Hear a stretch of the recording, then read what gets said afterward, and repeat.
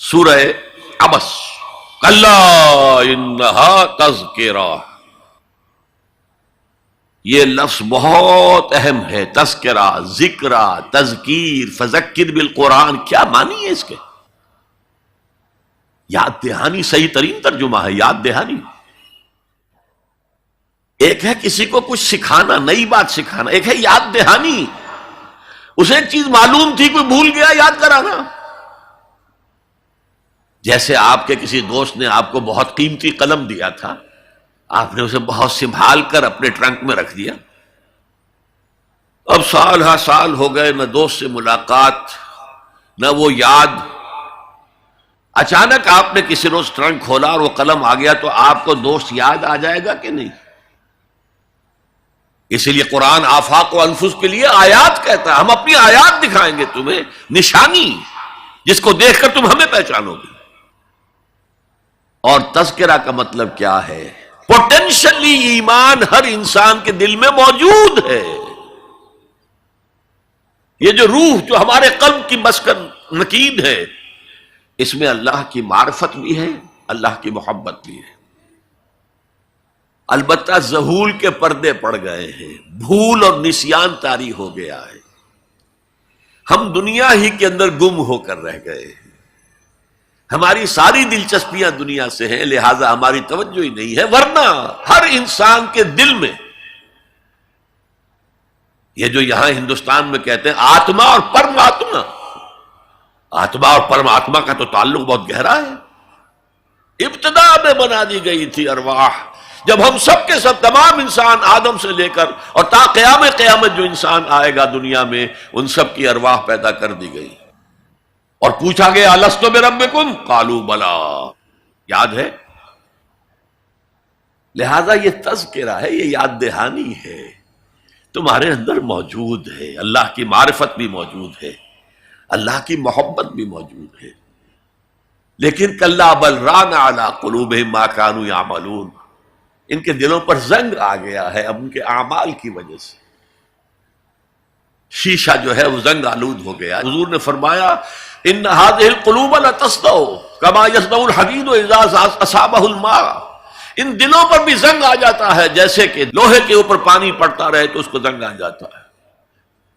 پوچھا گیا فما جلاؤها یا رسول اللہ، اے اللہ کے رسول ہماری تلواروں کو زنگ لگتا ہے، ہم پالش کرتے ہیں، سیکل کرتے ہیں، وہ پھر چمک اٹھتے ہیں، تو دل پر اگر زنگ آ جائے تو اس کا علاج کیا ہے؟ دو چیزیں فرمائی، کثرت و ذکر الموت و تلاوت القرآن، دو کام کرو کثرت سے، موت کو یاد رکھو، یہاں رہنا نہیں ہے، جانا ہے، یہ ہمارا گھر نہیں ہے، یہ ہماری منزل نہیں ہے، ہمارا اصل گھر جو حضور نے فرمایا انما الدنیا خلقت لکم وانتم خلقتم للآخرہ، یہ دنیا تمہارے لیے بنائی گئی، تم آخرت کے لیے بنائے گئے ہو۔ اسی لیے حضور نے فرمایا کن فی الدنیا کانک غریب عابر السبیل، دنیا میں ایسے رہو جیسے راہ چلتے مسافر ہو یا اجنبی ہو۔ اپنے بارے میں فرمایا مالی ولی دنیا، مجھے تمہاری دنیا سے کیا سروکار، انما مثلی کراکب استظل تحت شجرۃ ثم راح فترکها، میری مثال اس مسافر کی سی ہے جو ذرا سستانے کے لیے کسی درخت کے سائے میں بیٹھتا ہے تھوڑی دیر، وہ اس کا گھر تو نہیں ہے، اس کی منزل نہیں ہے، پھر وہ اس کو چھوڑتا ہے، اپنا راستہ لیتا ہے۔ یہ اگر ہمارا تصور قائم ہو جائے، کلا انہا تذکرہ، اب اس کے بعد جو الفاظ آئے ہیں فی صحف مکرمۃ مرفوعۃ مطہرۃ بایدی سفرۃ کرام بررہ، یہ جو قرآن ہے، جو تذکرہ ہے، یہ بڑے ہی انتہائی پاکیزہ صحیفوں میں ہے، فی صحف مکرمۃ، بڑے باعزت، مرفوعۃ مطہرۃ، مرفوع بلند اور انتہائی پاک، بے ایدی سفرۃ، یہ کن کے ہاتھوں میں ہے؟ لکھنے والے وہ فرشتے، بے ایدی سفرۃ کرام بررہ، جو نہایت باعزت ہیں، بہت وفادار ہیں اللہ کے۔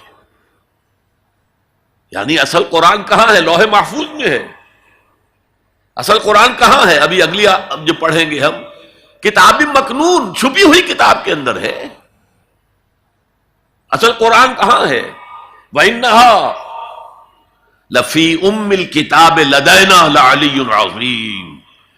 یہ تو اس ام الکتاب میں جو ہمارے پاس ہے، بہت بلند ہے اور بہت عظمت والا ہے. یہ 6 آیتیں ہو گئی. اب آئیے 8 آیتیں جو آپ نے سنی، بہت خوبصورت قرات تھی ماشاءاللہ. فَلَا أُقْسِمُ بِمَوَاقِعِ النُّجُومِ، یہ لا جب آتا ہے پہلے تو وہ مخاطب کی بات کی نفی کرنے کے لیے، نے اٹ از لائک دیٹ، یہ نفی ہے. لا اقسم بیوم القیامہ، تمہارے خیالات غلط ہیں، میں قیامت کی قسم کھاتا ہوں. تو فرمایا فلا اقسم بمواقع النجوم. وقع یقع کے کیا معنی ہے؟ اور یہ سورت کون سی؟ واقعہ. اذا وقعت الواقعہ، وقع گر جانا، پڑ جانا، یہ ستاروں کے ڈوبنے کی جگہ ہے. فلا اقسم بمواقع النجوم وانه لقسم لو تعلمون عظیم. اور اگر تم جانو تو یہ بہت بڑی قسم ہے جو ہم نے کھائی ہے.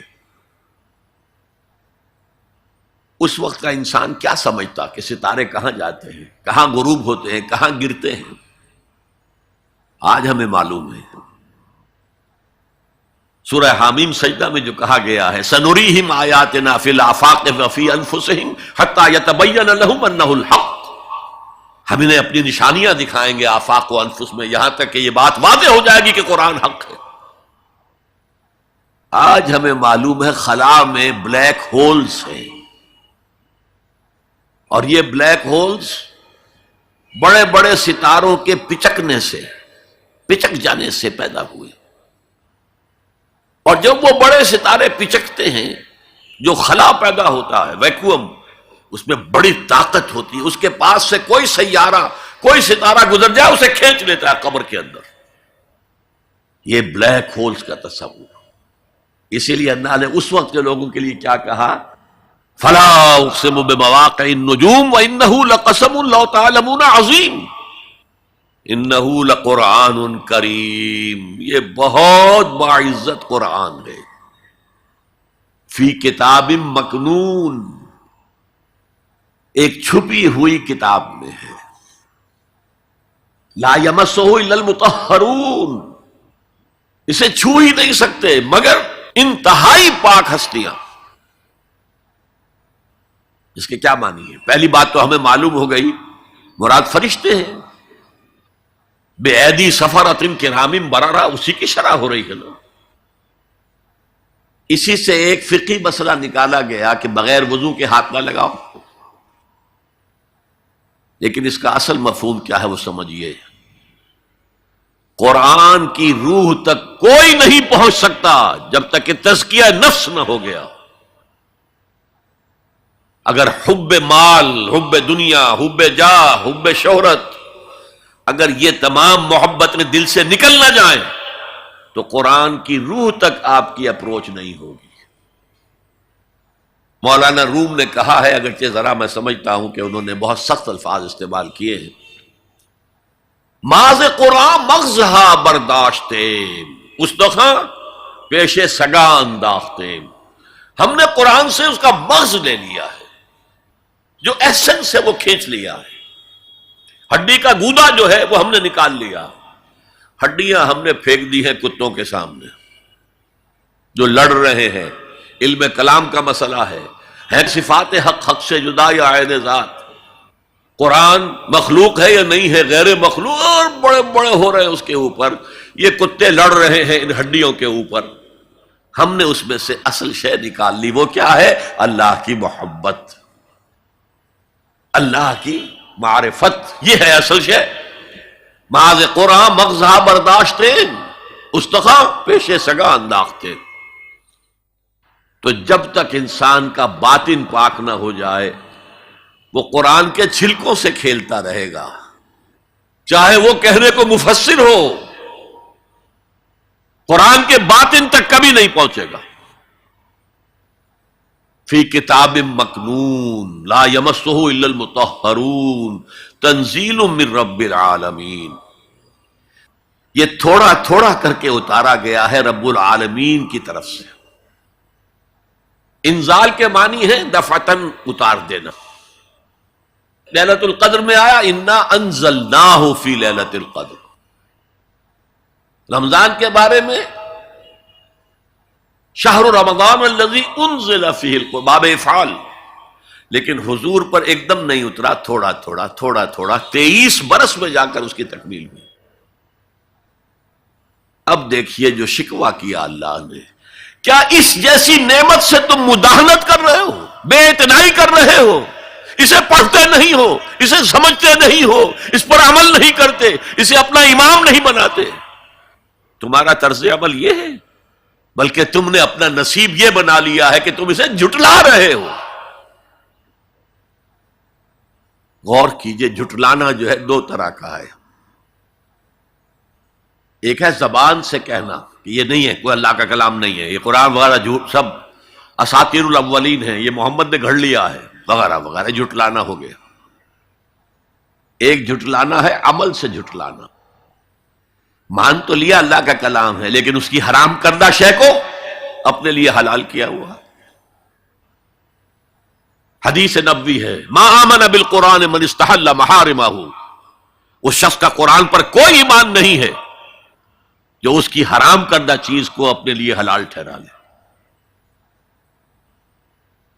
اس اعتبار سے غور کیجئے. اور اس کی مثال بھی دی ہوئی ہے سورہ جمعہ میں، مثل الذین حملوا التوراۃ ثم لم يحملوها كمثل الحمار يحمل اسفارا بئس مثل القوم الذین کذبوا بآیات اللہ واللہ لا يهدی القوم الظالمین. مثال ان لوگوں کی جو حامل تورات بنائے گئے تھے اور پھر انہوں نے اس کی ذمہ داری کو ادا نہیں کیا، اسے قائم نہیں کیا، اس کے احکام پر عمل نہیں کیا. جیسے فرمایا ہے سورہ اعراف میں، قل یا اہل الکتاب، کہہ دیجئے اے نبی صلی اللہ علیہ وسلم، اے کتاب والو، لستم علی شیء حتی تقیموا التوراۃ والانجیل وما انزل الیکم من ربکم، تمہاری کوئی حیثیت ہماری نگاہ میں نہیں ہے، تمہارا منہ نہیں ہے کہ ہم سے دعا کرو جب تک کہ تم تورات اور انجیل کو اور جو کچھ نازل کیا گیا تمہاری طرف اسے قائم نہیں کرتے. آج اللہ ہماری دعائیں نہیں سنتا. 30 لاکھ جا کر حج کرتے ہیں. دنیا کے حالات میں کوئی ذرہ برابر فرق آتا ہے؟ اول تو حرام کی کمائی سے حج ہو رہا ہے، تو حج ہے ہی نہیں سرے سے. جو کچھ کرتے گئے تھے سودی کاروبار وہی آ کر دوبارہ شروع کر دیا. سرکاری ملازم تو جو رشوت پہلے لے رہے تھے اس کے بعد آ کر شروع کر دی. یہ کیا ہے؟ یہ تکذیب بالعمل ہے، جھٹلانا ہے. تم نے اپنا نصیب یہ بنا لیا ہے کہ تم قرآن کو جھٹلا رہے ہو جیسے کہ انہوں نے جھٹلایا تھا. مثل الذین حملوا التوراۃ ثم لم يحملوها كمثل الحمار يحمل اسفارا، ان کی مثال ان گدھوں کی سی ہے جن پر کتابوں کا بوجھ لاد دیا گیا. مکالمات فلاطوں، گٹھڑی باندھ کر گدھے کے اوپر رکھ دیجئے تو کیا وہ واقعی منطقی اور فلسفی بن جائے گا؟ یہ مثال اللہ دے رہا ہے. اور یہ مثال کیوں دی گئی ہے؟ اس آئینے میں ہمیں ہماری تصویر دکھائی گئی ہے. تم اگر قرآن کا حق ادا نہیں کر رہے تو تمہاری مثال وہی ہے جو یہود کی تھی. بئس مثل القوم الذین کذبوا بآیات اللہ، بری مثال ہے اس قوم کی جس نے اللہ کی آیات کو جھٹلایا. تو زبان سے تو یہودیوں نے کبھی نہیں جھٹلایا تورات کو، عمل سے جھٹلایا ہے.